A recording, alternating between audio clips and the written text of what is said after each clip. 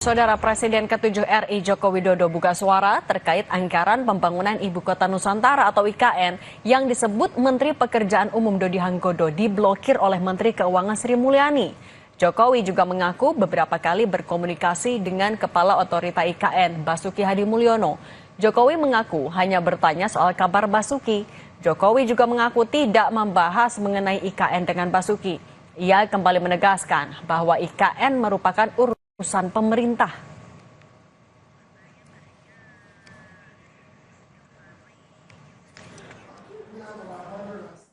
Tanyakan ke kepala otorita, tanyakan ke pemerintah. Ya. Masih ada komunikasi dengan Pak Bas sendiri nggak sih Pak terkait IKN? Ya, kadang-kadang mengabarkan aja, bukan urusan pekerjaan. Membahas tentang IKN gitu nggak? Pak Bas ya, itu kan urusan pemerintah.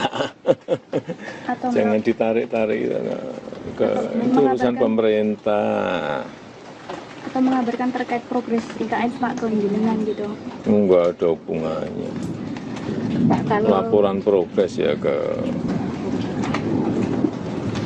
presiden, ke menteri.